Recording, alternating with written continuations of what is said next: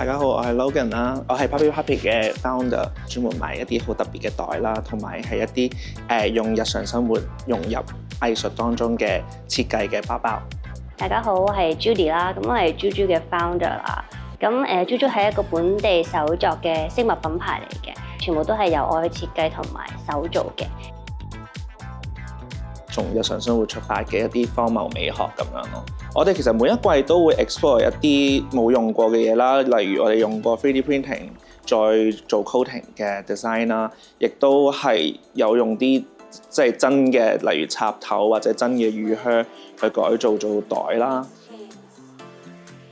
離唔開日常生活見到同埋接觸嘅嘢啦，因為之後加入咗好多可能少少中國元素啊、玉石喺入邊。因為其實由細到大，可能我媽咪都會俾好多一啲玉佩啊，或者係嘢俾我馱住。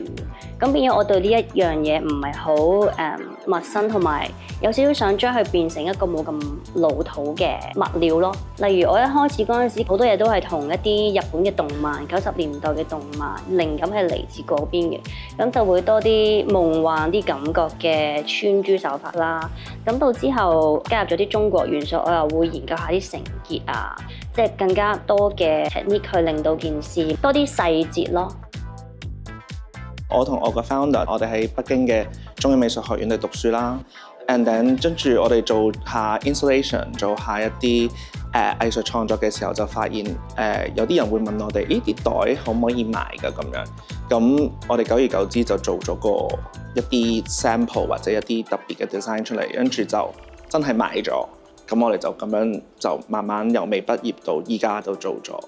個牌子出嚟咯。咁本身其實我係大學嗰陣時係讀時裝設計嘅，咁跟住我就翻嚟香港揾工啦，就俾人介紹咗入行做買手啦。咁直至到 Covid 嘅時候，成日韞喺屋企好悶，咁就開始我就將以前儲落嘅一啲珠仔啊，或者係一啲用具或者係一啲原材料，我就不如整啲嘢等自己開心下啦。喺 Instagram 開咗個 account 就開始 post 自己整嗰啲嘢啦。其實一開頭就冇乜計劃嘅。嗰陣時我開始呢個品牌真係好多一啲 weekend 嘅 market 啦。咁直到有一次真係 Her 嘅主理人啦，即係 Hillary 嚟咗買咗幾件單品。咁跟住佢之後就真係聯絡我，問我有冇興趣擺喺佢鋪頭賣。跟住佢就同佢嘅團隊傾完之後，佢真係幫我做咗一個好 proper 嘅 pop up store 咯，喺佢個鋪頭入邊。跟住嗰陣時我真係覺得自己好好彩又好開心，同埋覺得佢真係好錫香港嘅設計師肯做呢一樣。做完嗰一次之後呢，我覺得係令到成個牌子個形象啦，同埋個客人嘅認知度提高咗好多，亦都招攬咗一班可能本身唔認識我個品牌嘅一啲客人啦。